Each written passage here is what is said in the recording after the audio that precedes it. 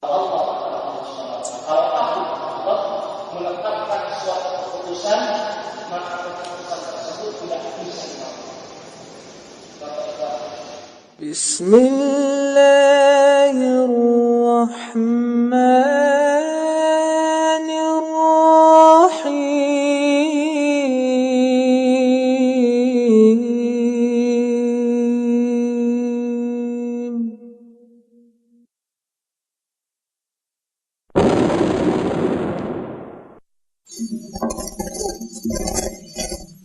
Alhamdulillahirrabbilalamin.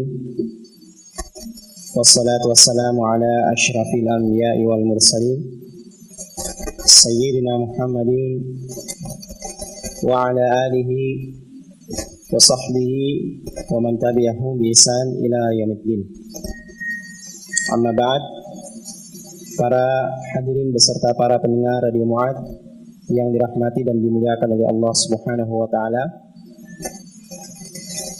Alhamdulillah, puji dan syukur senantiasa kita panjatkan kehadirat Allah Subhanahu wa taala, yang mana pada kesempatan kita di malam hari ini, alhamdulillah, kembali kita mendapatkan karunia dan nikmat, khususnya untuk kembali berkumpul di tempat ini dalam rangka bermajlis yang insyaallah taala kembali dalam pembahasan lanjutan Sirah Nabawiyah. Dan sebagaimana biasa, pembahasan ini akan dibawakan oleh Al-Ustaz Zezen Zanial Mursani LC. Dan untuk selanjutnya, bagi para pendengar di rumah, juga bagi para hadirin sekalian, tentunya setelah pembahasan ini akan ada sesi diskusi atau tanya jawab. Dan bagi para pendengar, Anda bisa mengirimkan pertanyaan Anda di layanan SMS di 0852 99331996. Baiklah, untuk selanjutnya marilah bersama-sama kita menyimak kajian kita, dan kepada Al-Ustaz falyatafaddal mashkura. Bismillahirrahmanirrahim. Assalamualaikum warahmatullahi wabarakatuh. Alhamdulillahilladzi arsala rasulahu bil huda wa dinil haqq liyudhhirahu ala dini kullihi wa kafa billahi shahida. Asyhadu an la ilaha illallah wa asyhadu anna Muhammadan abduhu wa rasuluh. Ballagha risalata wa addal amanah wa nasahal ummah wa jahada fi sabilillahi haqqa jihadih. Amma ba'd. Para hadirin dan pendengar yang dimuliakan oleh Allah Subhanahu wa taala, alhamdulillah kita dapat melanjutkan kajian dari Sirah Nabawiyah pada malam hari ini. Dan di pembahasan yang lalu kita telah membahas tentang peristiwa hijrah yang dilakukan oleh Rasulullah SAW, dan bagaimana izin hijrah kepada Rasul SAW datang dari Allah Subhanahu wa taala, serta bagaimana makar dan upaya orang-orang Quraisy untuk membunuh Rasulullah SAW setelah mereka berkumpul di Darun Nadwah, sebuah majlis yang dihadiri oleh iblis yang merumuskan dan merencanakan akan pembunuhan Rasulullah SAW. Namun Allah Subhanahu wa taala kemudian menurunkan pertolongannya kepada Rasul SAW dan memerintahkan beliau untuk berhijrah, sehingga sampailah beliau alaihi salatu wassalam bersama dengan As-Siddiq ke sebuah gua yang dinamakan dengan Ghar Thur atau Gua Thur, dengan perincian strategi dan taktik yang telah disusun oleh Rasulullah SAW bersama dengan As-Siddiq radhiyallahu taala anhu sebelum mereka berangkat meninggalkan kota suci Mekah. Di pertemuan yang berbahagia ini biidnillahi ta'ala, kita akan membahas tentang perjalanan Rasul sallallahu alaihi wasallam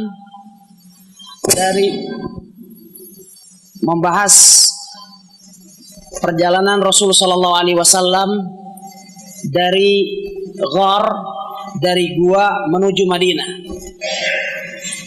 Ikhwatal iman yang dimuliakan Allah Subhanahu wa taala, sebagaimana kita ketahui bahwa ketika Rasulullah sallallahu alaihi wasallam diinformasikan telah meninggalkan kota suci Mekah dan orang-orang Quraisy mengetahui kepergian Rasul sallallahu alaihi wasallam dan kegagalan mereka setelah mereka melakukan pengepungan di rumah Rasul sallallahu alaihi wasallam, maka seketika itu pula mereka kemudian mengumumkan sebuah sayembara bahwa barang siapa yang berhasil menangkap Rasul sallallahu alaihi wasallam bersama dengan sahabat setianya yaitu As-Siddiq radhiyallahu taala anhu, maka masing-masing di antara keduanya tersebut dinilai dengan satu diat penuh, yaitu mereka akan mendapatkan imbalan 100 ekor unta, baik keduanya tertangkap dalam keadaan hidup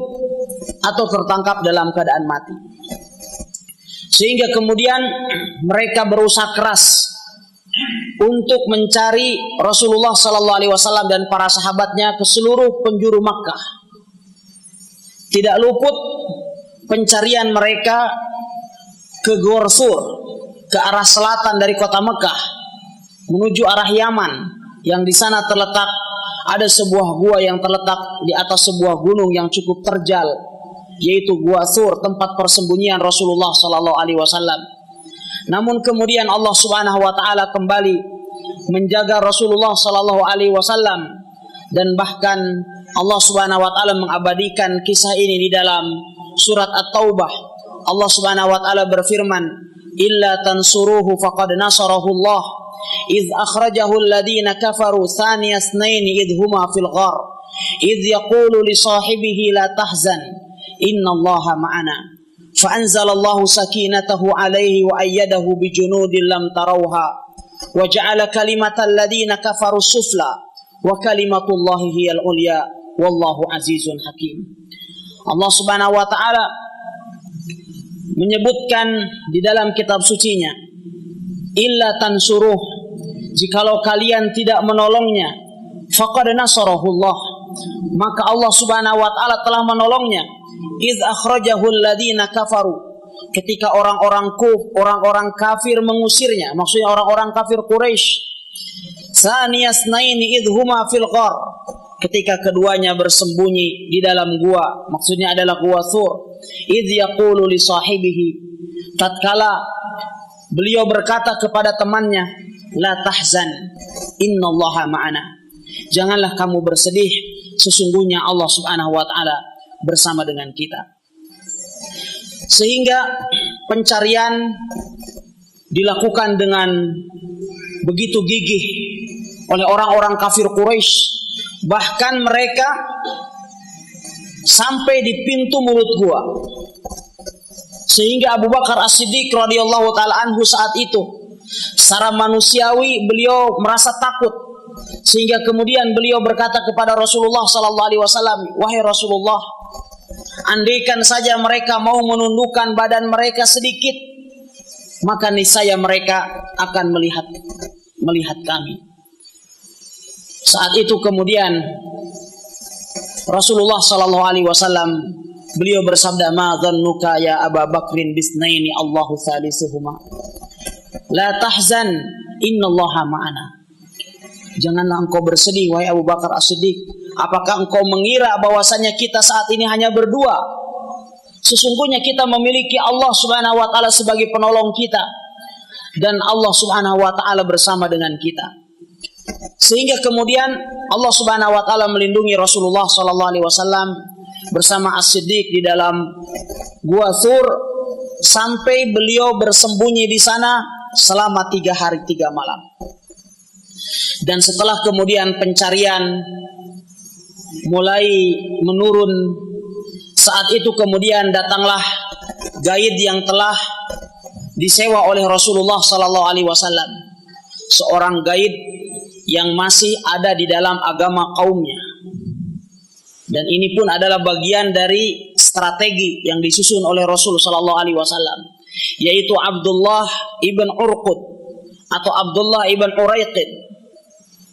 Maka kemudian Abdullah ibn Urqud pun datang dengan membawa dua kendaraan yang telah disiapkan oleh Abu Bakar As-Siddiq radhiyallahu ta'ala anhu sebelumnya.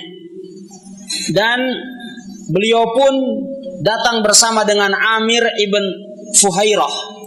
Amir ibn Fuhairah ini adalah penggembala atau pembantu Abu Bakar As-Siddiq yang suka menggembala kambing, ya, yang suka menggembala binatang ternak Abu Bakar As-Siddiq. Sengaja juga dipanggil dan diajak oleh Abu Bakar As-Siddiq berhijrah bersama dengan Rasulullah SAW untuk memberikan pelayanan terbaik kepada Rasulullah SAW. Dan kemudian setelah itu mereka berempat kemudian meninggalkan Gua Sur. Mereka menempuh ke jalan arah sebelah barat menuju jalan pantai arah menuju Yanbu dan kemudian menuju Madinah. Dan ketika meninggalkan Gua Sur, Rasulullah SAW beliau tidak pernah berhenti, terus berzikir kepada Allah Subhanahu wa taala dan terus memohon doa atau perlindungan kepada Allah Subhanahu wa taala. Sedangkan Abu Bakar As-Siddiq radhiyallahu taala anhu, beliau dilihat oleh Rasulullah sallallahu alaihi wasallam banyak menoleh ke kiri dan ke kanan. Dan terkadang As-Siddiq radhiyallahu taala anhu berjalan di hadapan Rasulullah. Sesekali kemudian beliau pun berada di belakang Rasulullah, terkadang di sebelah kiri, terkadang di sebelah kanan. Dan ketika beliau ditanya oleh Rasulullah sallallahu alaihi wasallam, "Wahai Abu Bakar, mengapa engkau terkadang jalan ya di bagian depan, terkadang di belakang, terkadang di samping kiri dan kanan?" Beliau mengatakan, "Ya karena aku khawatir senjata musuh mengarah kepadamu, wahai Rasulullah. Tatkala aku khawatir bahwa ancaman dari musuh itu datang dari arah depan, maka aku pun mengarah ke bagian depan. Apabila aku khawatirkan musuh datang dari belakang, maka aku pun segera bergeser dan menuju ke arah belakang." Demikianlah pembelaan dari Abu Bakar As-Siddiq radhiyallahu taala anhu terhadap Rasulullah sallallahu alaihi wasallam. Dan Abu Bakar As-Siddiq radhiyallahu taala anhu berulang kali mereka berpapasan dengan orang yang tidak dikenal sebelumnya. Dan Abu Bakar As-Siddiq umumnya beliau bertanya terlebih dahulu sebelum beliau ditanya.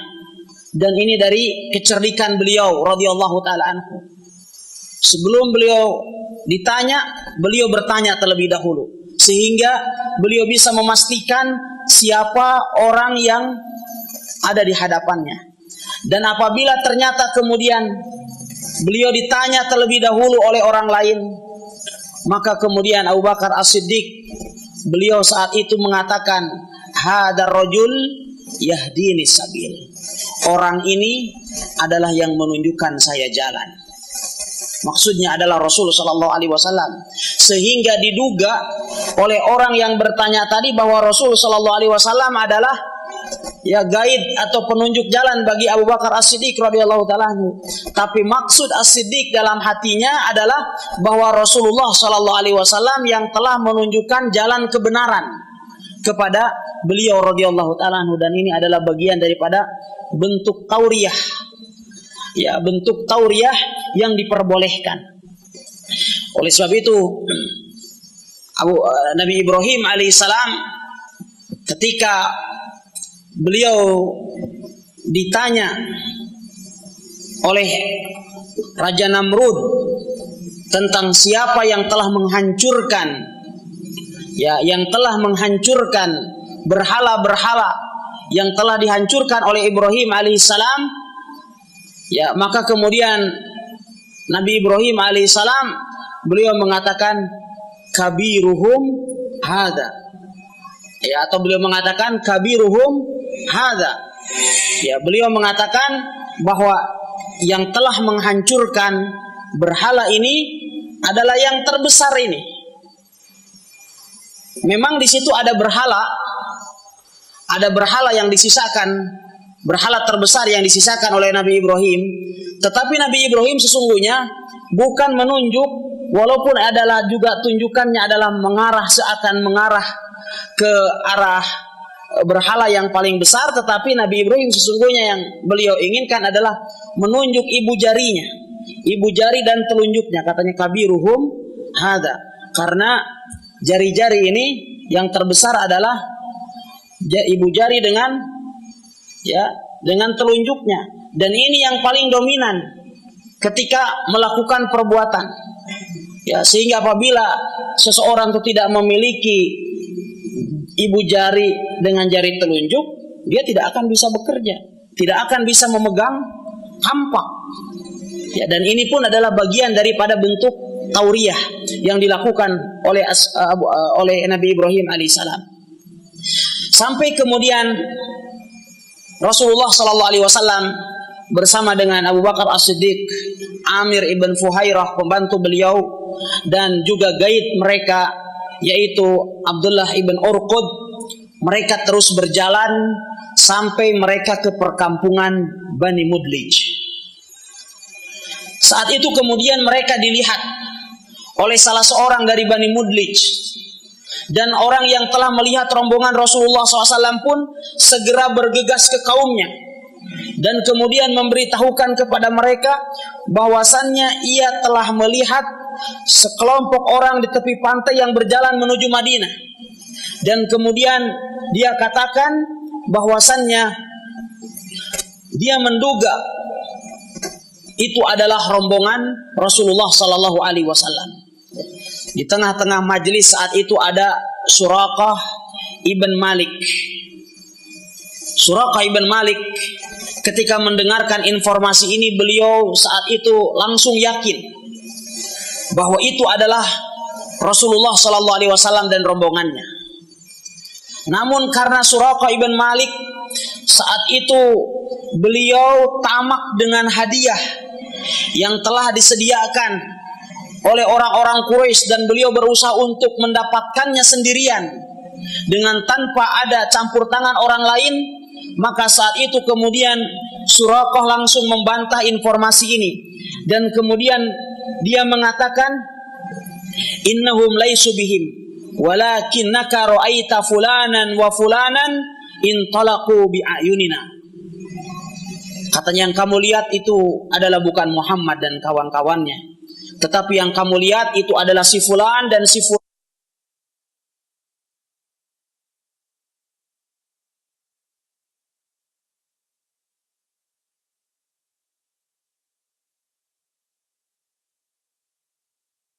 Dan kemudian memerintahkan kepada pembantu perempuannya, kepada budak wanitanya, untuk menyiapkan kuda di belakang rumah. Sehingga kemudian Suraqah ibn Malik langsung pergi melalui pintu belakang rumahnya, mengendarai kudanya dan langsung segera menuju tempat yang ditunjukkan oleh orang tadi. Sampai kemudian beliau terus menunggang kudanya dengan senjatanya yang terhunus, sehingga tatkala sudah mendekat kepada Rasul sallallahu alaihi wasallam, saat itu kemudian Allah Subhanahu wa taala memperlihatkan keagungannya kepada Suraqah. Kuda yang ditunggangi oleh Suraqah kemudian terperosok ke dalam pasir, sehingga kemudian Suraqah terjatuh. Kemudian Suraqah memaksanya kembali, sehingga kuda itu kembali tegak dan kembali Suraqah menungganginya. Setelah semakin dekat kepada Rasul sallallahu alaihi wasallam, kuda itu pun kembali tertancap kakinya. Dan itu berulang sampai kemudian 3 kali itu terjadi, sehingga Suraqah saat itu sudah mendengarkan bacaan Rasulullah sallallahu alaihi wasallam, ini bacaan Al-Qur'an Rasul sallallahu alaihi wasallam. Dari situ kemudian Suraqah ibn Malik beliau mengatakan bahwa ini adalah Rasul sallallahu alaihi wasallam yang dilindungi oleh Allah Subhanahu wa taala. Sehingga saat itu Suraqah langsung menyerukan kepada Rasul sallallahu alaihi wasallam akan penyerahan dirinya, dan beliau menyatakan keislamannya kepada Rasul sallallahu alaihi wasallam. Sehingga pada akhirnya kemudian Suraqah masuk Islam saat itu juga di hadapan Rasul sallallahu alaihi wasallam, dan kemudian Rasulullah sallallahu alaihi wasallam menjanjikan kepada Suraqah untuk mengenakan gelang dari Raja Kisra. Ya, gelang Raja Raja Romawi. Saat itu Rasulullah SAW bersabda kepada Suraqah, "Kaifa bika idza labista siwarai Kisra?" Wahai Suraqah, maukah engkau dikenakan kepadamu 2 gelang dari gelangnya Kisra? Ini kalau orang belum sampai, atau kalau seandainya keimanan itu belum sampai kepada hati seseorang, saat itu tidak akan percaya. Rasulullah SAW dalam keadaan diusir dari kampung halamannya, ya, lari dari kaumnya, tiba-tiba kemudian menjanjikan kepada Suraqah, beliau akan diberikan kepadanya gelang dari gelangnya Raja Kisra, Raja Persia. Tapi Suraqah saat itu pun langsung yakin, padahal baru masuk Islam ini seorang mu'alaf, yakin akan janji Rasulullah SAW. Ini ibaratnya kalau seandainya kita melihat misalkan saudara-saudara kita di Suriah saat ini bagaimana dibantai oleh tentara Syiah Rafidhah, ya, pengikut dari Bashar al-Assad. Tiba-tiba kemudian ada seorang komandan mujahidin misalnya mengatakan bahwasannya, ya, kamu akan saya hadiahkan istana Obama. Ya, ini sesuatu yang seakan mustahil. Jadi dalam keadaan penderitaan, dalam keadaan sempit, tiba-tiba kemudian menjanjikan sesuatu yang sangat luar biasa. Tetapi kemudian tawaran itu diterima oleh Suraqah ibn Malik, dan ini ada dari mukjizat Rasul sallallahu alaihi wasallam, di mana kemudian Suraqah ibn Malik dengan perjuangan yang sangat panjang bersama dengan Rasulullah, bersama dengan Abu Bakar As-Siddiq radhiyallahu ta'ala anhu, Suraqah ibn Malik tetap hidup sampai masa pemerintahan Umar ibn Khattab, ketika kemudian bumi Persia ditaklukkan oleh kaum muslimin. Raja Persia, ya, berhasil dibunuh atau ditaklukkan. Kemudian gelang Kisra diambil oleh Umar bin Khattab radhiyallahu ta'ala anhu, dan kemudian oleh Umar bin Khattab gelang ini diberikan kepada Suraqah ibn Malik. Jadi ini adalah sebuah mukjizat dari Rasul sallallahu alaihi wasallam. Sehingga kemudian pada akhirnya Suraqah kemudian mendapatkan janji dari Rasul sallallahu alaihi wasallam, dan bahkan Rasul sallallahu alaihi wasallam saat itu diminta oleh Suraqah, "Wahai Rasulullah," katanya, "tolong agar janji ini tertulis." Yani Suraqah, beliau mengatakan, "Wahai Rasulullah, tolong tulis." Sehingga kemudian Rasulullah SAW, karena beliau tidak bisa menulis, beliau memerintahkan kepada Amir ibn Fuhairah, budak dari Abu Bakar As-Siddiq radhiyallahu anhu, untuk menulisnya di atas sebuah kulit. Ditulis dan kemudian disimpan oleh Suraqah ibn Malik, sampai kemudian ketika Umar bin Khattab radhiyallahu ta'ala anhu mendapatkan gelang Kisra, maka saat itu kemudian Suraqah ibn Malik mengatakan, "Saya punya bukti wasiat dari Rasul sallallahu alaihi wasallam." Sehingga kemudian itu diberikan oleh Umar bin Khattab kepada Suraqah ibn Malik. Demikianlah bagaimana Suraqah yang pada waktu pagi datang untuk mengejar Rasulullah, untuk membunuh Rasul sallallahu alaihi wasallam. Kemudian beliau pulang di sore hari dalam keadaan membela Rasul sallallahu alaihi wasallam, sehingga tidak ada seorang pun dari penduduk Mekah yang bertemu dengan Suraqah. Ya, yang bertemu dengan Suraqah di tengah perjalanan. Suraqah mengatakan, "Laqad kufitum." Ya, beliau mengatakan, "Laqad istabra'tu lakumul khabar, qad kufitum maha huna." Suraqah mengatakan, "Ke kawasan ini aku sudah sterilkan bagi kalian. Aku sudah sterilkan. Ya, dan sungguh aku telah memastikan informasi yang tadi telah aku terima." Sehingga kemudian beliau melindungi Rasul sallallahu alaihi wasallam, karena Suraqah bin Malik saat itu belum diketahui keislamannya. Ikhwatal iman yang dimuliakan oleh Allah Subhanahu wa taala, kemudian di tengah perjalanan menuju Madinah, perbekalan yang dibawa oleh Rasulullah SAW dan As-Siddiq juga sangat terbatas. Sehingga Rasul SAW berulang kali beliau mengalami kehabisan pangan dan minuman.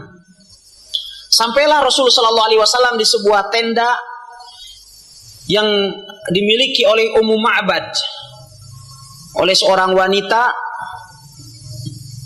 yang tinggal di tengah padang pasir. Akhirnya kemudian Rasulullah SAW bersama dengan As-Siddiq mendatangi tenda tersebut, dan kemudian didapatkan di dalam tenda tersebut ada seorang wanita tua yang namanya Ummu Ma'bad, yang suaminya saat itu sedang pergi untuk sebuah keperluan. Sehingga kemudian Rasulullah SAW meminta kepada wanita tersebut untuk diberikan jamuan ala kadarnya, karena beliau adalah ibnu sabil.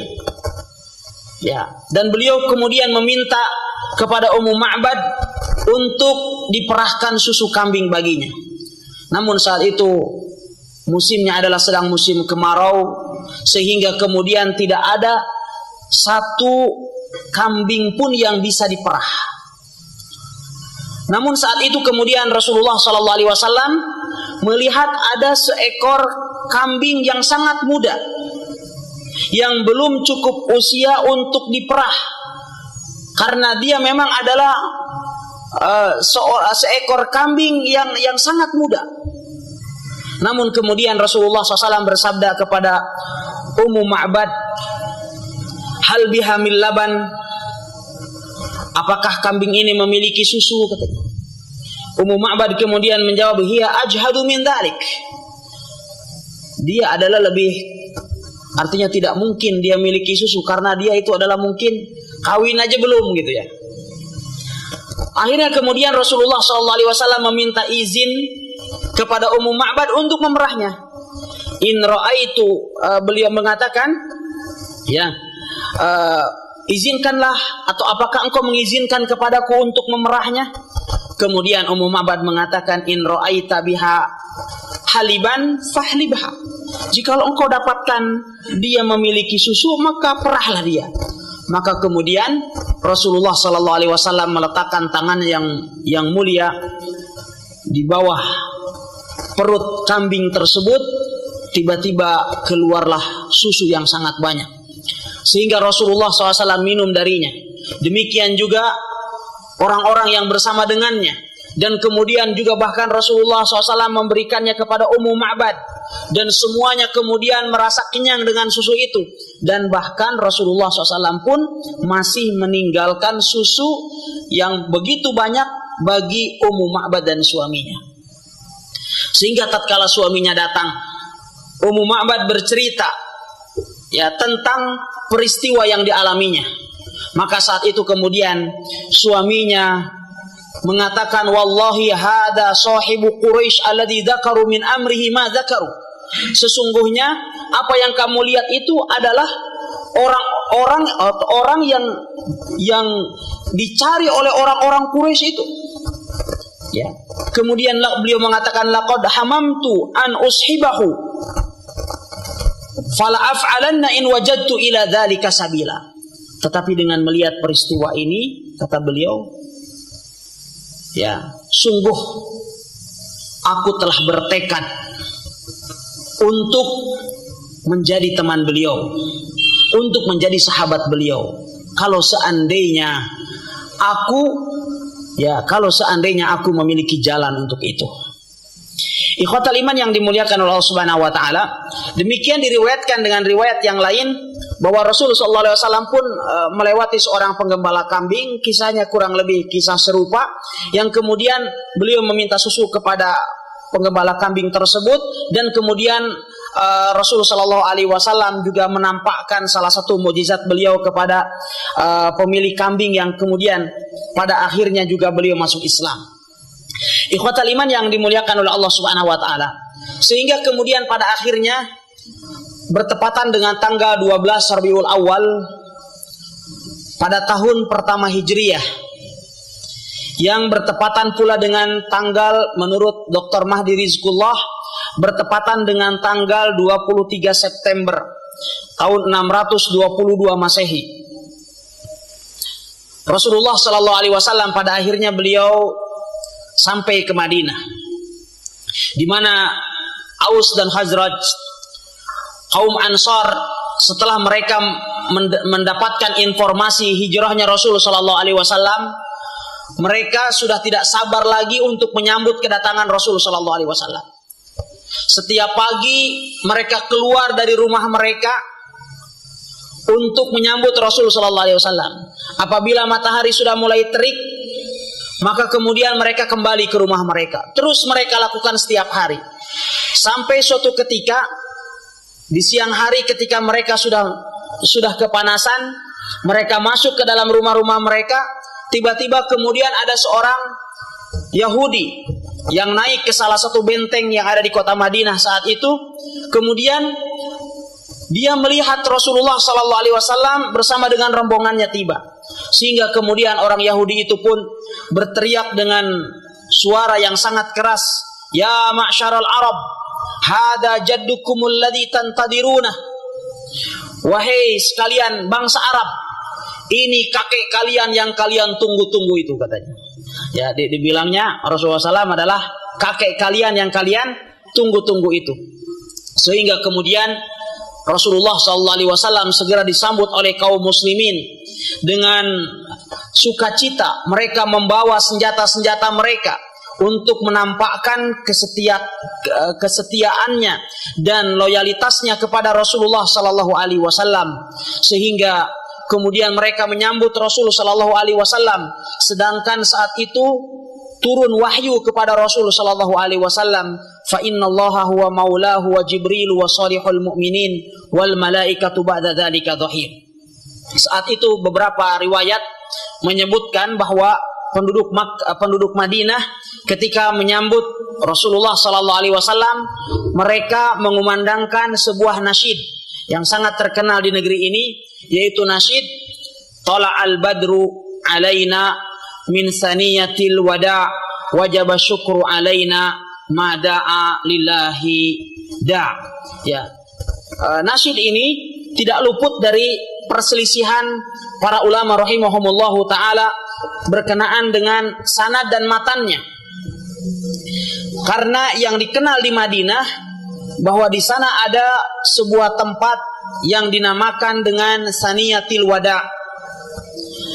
Saniyatil Wada adalah sebuah lembah ya yang ada di sebelah utara Madinah. Kalau saat ini kita kenal ada Jalan Sultanah namanya. Ya, ada terminal bis Sabko di Madinah. Dahulu itu dinamakan dengan Saniyatil Wada. Jadi itu terletak di sebelah utara Masjid Nabawi. Sedangkan Rasulullah Shallallahu Alaihi Wasallam datang itu dari arah mana? Dari arah selatan, dari arah Makkah. Sehingga sebagian ulama mengatakan bagaimana mungkin nasyid ini diucapkan ketika datang Rasulullah Shallallahu Alaihi Wasallam dari Makkah. Padahal bunyi nasyid berbunyi Tala'al badru alaina, bulan purnama telah terbit kepada kita, min saniyatil wada, dari saniyatil wada. Saniyatil wada letaknya tadi di sebelah utara, padahal Rasul Shallallahu Alaihi Wasallam datangnya dari sebelah selatan. Oleh sebab itu sebagian ulama mengatakan bahwasannya nasyid ini adalah dhaif untuk diucapkan oleh para sahabatnya ketika Rasulullah SAW berhijrah. Tetapi yang sahih bahwa nasyid ini diucapkan sepulang Rasulullah SAW dari perang Tabuk. Namun sebagian ulama yang lain mengatakan bahwa Saniyatil Wada yang dimaksud di dalam nasyid ini adalah bukan Saniyatil Wada yang dikenal di Madinah, tetapi Saniyatil Wada dari segi istilah, karena dari segi bahasa, karena Saniyatil Wada artinya jalan yang terletak di antara dua gunung. Wallahu ta'ala alam. Tetapi yang jelas bahwa tidak ada fadilah dan keutamaan bagi kita sekalian untuk membaca atau mengucapkan nasyid ini, tidak sebagaimana yang dilakukan di sebagian masjid. Terkadang sebelum kadang azan dikumandangkan di sebagian daerah, nasyid ini dikumandangkan di masjid-masjid. Ikhwatal iman yang dimuliakan Allah Subhanahu wa taala. Kemudian sesampai Rasulullah sallallahu alaihi wasallam di Madinah, Rasulullah sallallahu alaihi wasallam kemudian beliau singgah di Masjid Quba. Ya, singgah di Quba selama 14 hari. Dan kemudian di sana Rasulullah sallallahu alaihi wasallam membangun sebuah masjid. Dan ini nampaknya adalah merupakan masjid pertama kali dibangun di Madinah, dan bahkan masjid pertama kali dibangun dalam Islam di zaman atau di umat Rasulullah sallallahu alaihi wasallam. Dan Masjid Quba inilah yang disebutkan oleh Allah Subhanahu wa taala dalam surat At-Taubah dengan masjidun ussisa 'ala taqwa. Masjid yang dibangun di atas ketakwaan. Dan ini adalah merupakan salah satu masjid yang memiliki fadilah dan keutamaan selain Masjidil Haram, Masjid Nabawi dan Masjidil Aqsa. Karena Rasul sallallahu alaihi wasallam beliau bersabda, "Man tatahhara min baitihi tsumma kharaja ila Masjid Quba fa shalla rak'atain fahiya ka ajri umrah." Beliau alaihi salatu wasallam bersabda, barang siapa yang bersuci dari rumahnya kemudian dia keluar menuju Masjid Quba dan dia melaksanakan sholat 2 rakaat di dalamnya, maka pahalanya sama dengan pahala melaksanakan ibadah umrah. Ini pahala melaksanakan sholat di Masjid Quba. Oleh sebab itu Rasulullah sallallahu alaihi wasallam beliau rutin mengunjungi Masjid Quba setiap hari Sabtu di waktu duha. Rasulullah sallallahu alaihi wasallam senantiasa berangkat dari Masjid Nabawi atau dari rumah beliau menuju Masjid Quba untuk melaksanakan sholat duha di Masjid Quba. Dan ini adalah merupakan salah satu sunnah yang saat ini banyak diabaikan oleh kaum muslimin, bahkan umumnya kaum muslimin tidak mengenal akan hal itu. Ikhwatal iman yang dimuliakan Allah Subhanahu wa taala, setelah Rasul sallallahu alaihi wasallam tinggal di Quba selama 14 hari, maka kemudian Rasulullah SAW menuju Madinah. Sebagaimana kita ketahui bahwa saat ini Masjid Quba atau Quba adalah sudah masuk ke dalam kawasan Madinah. Tetapi di zaman Rasulullah SAW tentu Quba belum masuk ke kawasan Madinah, karena kota Madinah di zaman Rasulullah SAW itu adalah seluas Masjid Nabawi bersama dengan halamannya pada hari ini.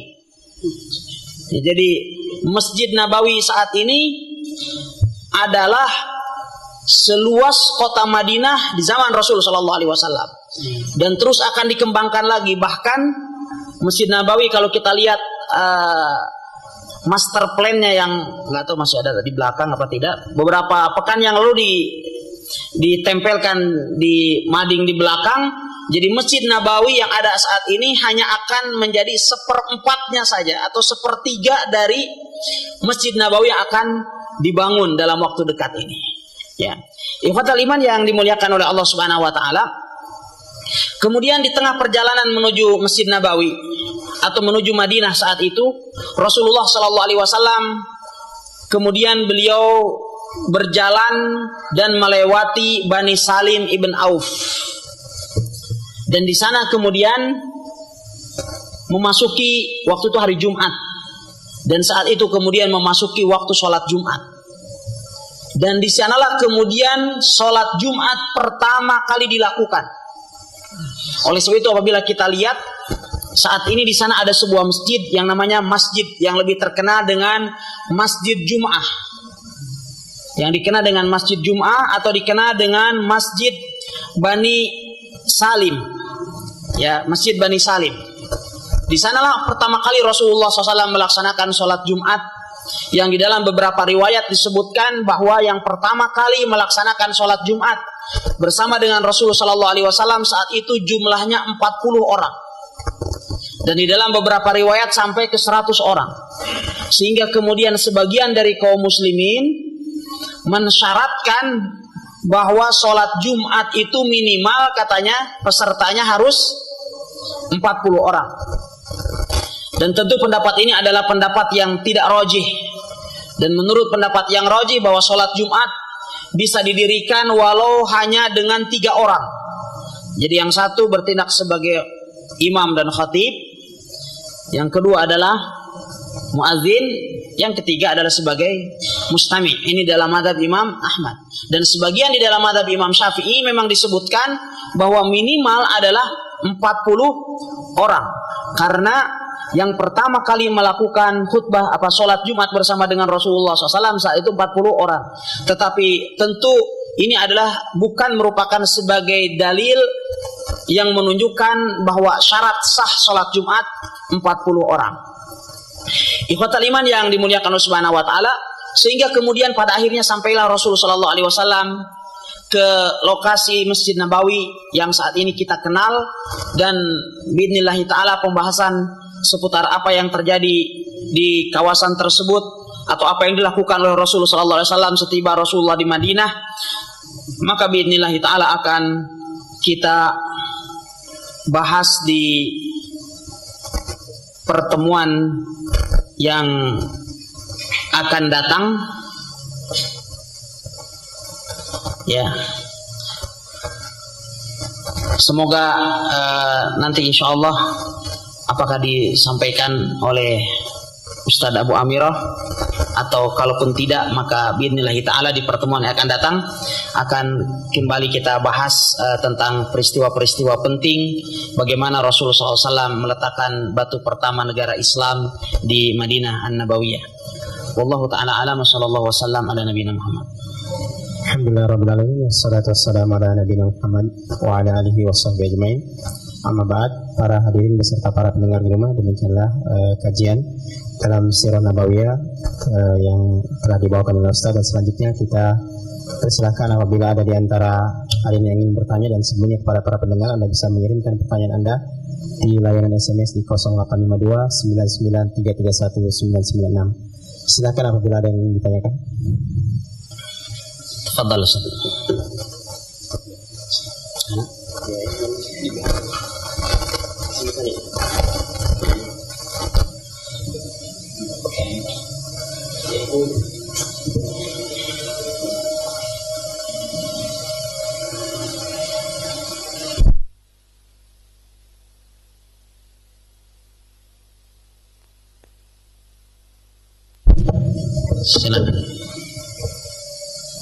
Assalamualaikum warahmatullahi wabarakatuh. Waalaikumsalam warahmatullahi wabarakatuh. Alhamdulillah, setelah mendengar dengan beberapa yang tentunya yang dimiliki oleh Rasulullah sebagai hamba Allah yang dilindungi oleh Allah, terus kaitannya dengan peristiwa ini, apakah seorang dai paling tidak dia harus memiliki sesuatu karamah atau yang sejenisnya, sehingga manakala disebutkan namanya di satu tempat yang mungkin dia belum pernah dilihat, belum pernah dikenal, tetapi dia bisa menjadi suatu perhatian kepada orang sama sekali belum mengenalnya. Dalam artian apa memang ada harus dimiliki sesuatu kelebihan daripada yang lain. Yang kedua, dari 2 Jumat yang lalu menemukan seorang khatib di atas mimbar, dan dia juga sempat tertawa, datang termasuk dengan jamaah juga termasuk tertawa, dan setelah selesai sholat sempat ana tegur dengan bahasa yang sopan, tapi dia tidak bisa menerimanya.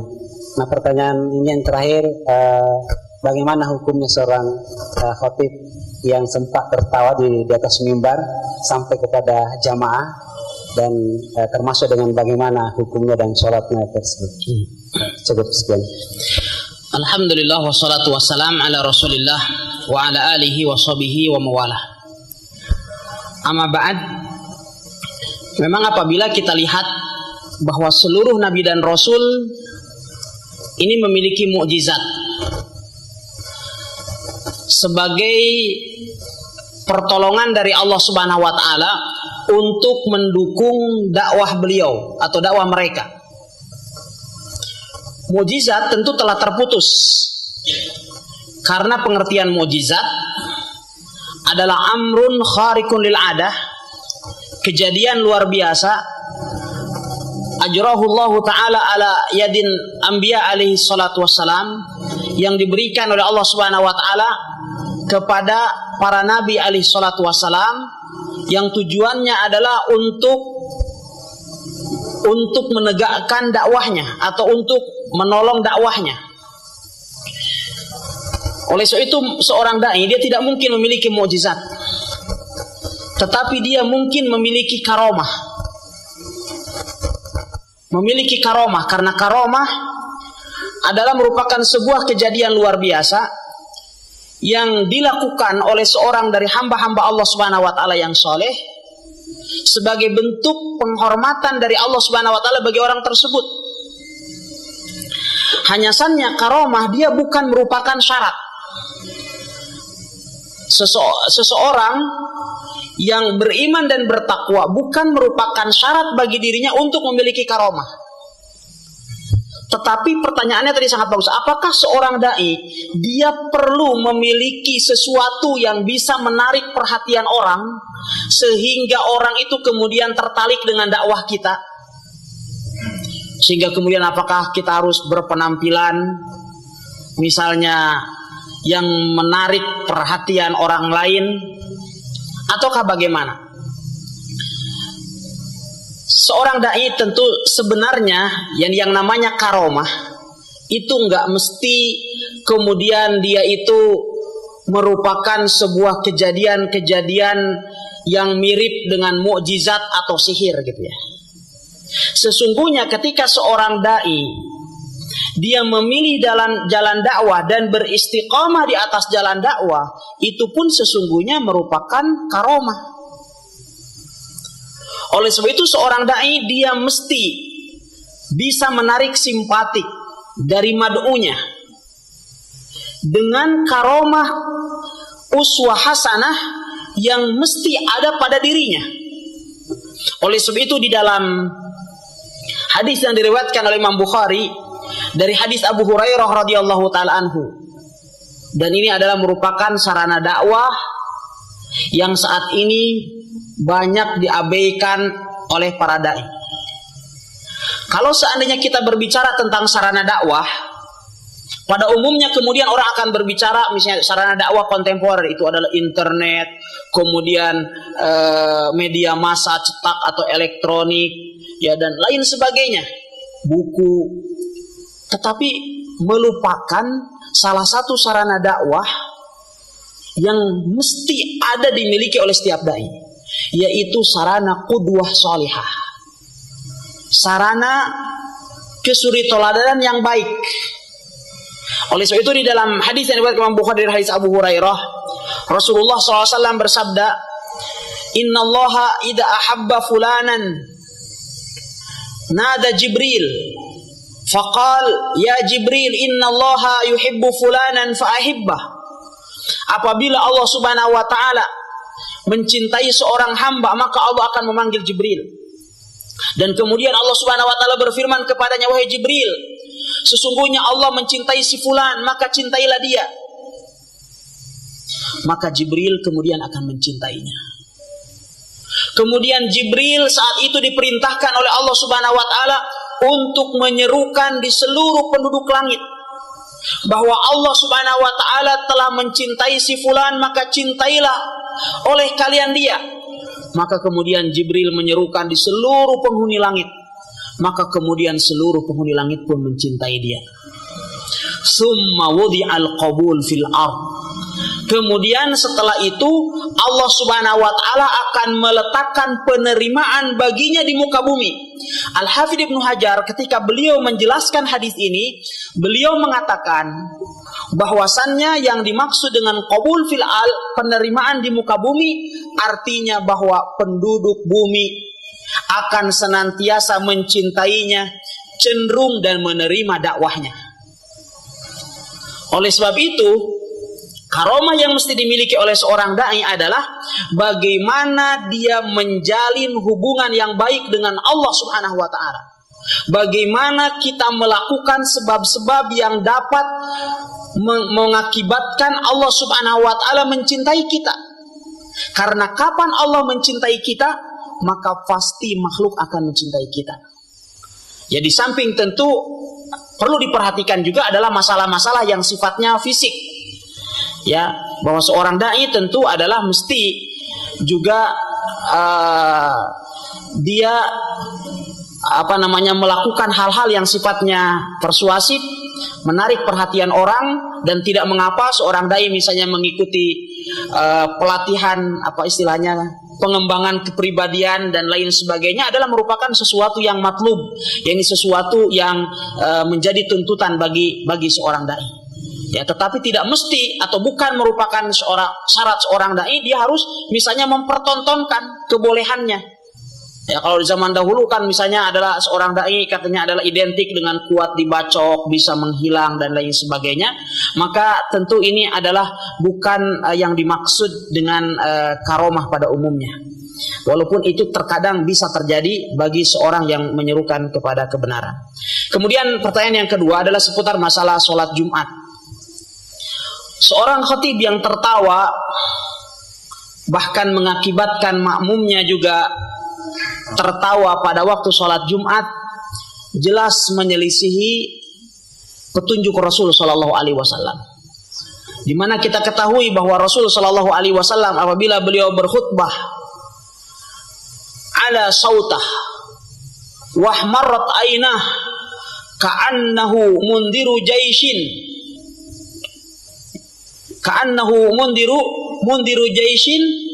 bagaimana kelanjutan hadisnya? Jelas Rasulullah SAW di dalam hadis tersebut menyebutkan bahwa apabila Rasulullah SAW naik ke atas mimbar, maka suara beliau itu adalah sangat lantang. Kemudian wajah beliau memerah, seakan-akan beliau itu memberikan komando terhadap pasukan yang mengatakan sesungguhnya musuh akan datang kepada kalian pada waktu pagi atau pada waktu petang. Jadi bagaimana kok khutbah Jumat dia tertawa? Ya, tidak ada seorang komandan perang yang memberikan komando kepada pasukannya sambil tertawa, sehingga dengan demikian bahwa itu adalah menyelisih petunjuk Rasulullah Sallallahu Alaihi Wasallam. Tetapi untuk mengatakan bahwa saat itu sholat Jumatnya tidak sah juga terlalu cepat untuk kita katakan hal itu. Tetapi kita katakan wallahu ta'ala alam, semoga sholat Jumatnya adalah tetap sah. Namun apa yang dilakukan oleh khatib ini adalah menyelisihi petunjuk Rasulullah Sallallahu Alaihi Wasallam. Wallahu ta'ala alam. Barakallahu fikum atas jawabannya. Selanjutnya kita angkat pertanyaan dari SMS yang telah masuk. Assalamualaikum. Waalaikumsalam warahmatullahi wabarakatuh. Afwan Ustaz, ini di luar tema. Ana mau bertanya tentang Imam Mahdi. Sebenarnya imam yang dimaksud itu apakah Rasulullah atau seorang laki-laki yang dari Ahlul Bait Nabi?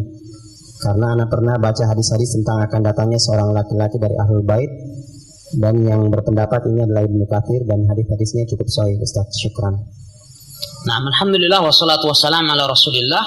Imam Mahdi adalah seseorang yang akan datang di akhir zaman dari keluarga Rasulullah Sallallahu Alaihi Wasallam, yang namanya akan sama dengan nama Rasulullah Sallallahu Alaihi Wasallam, dan nama bapaknya juga sama dengan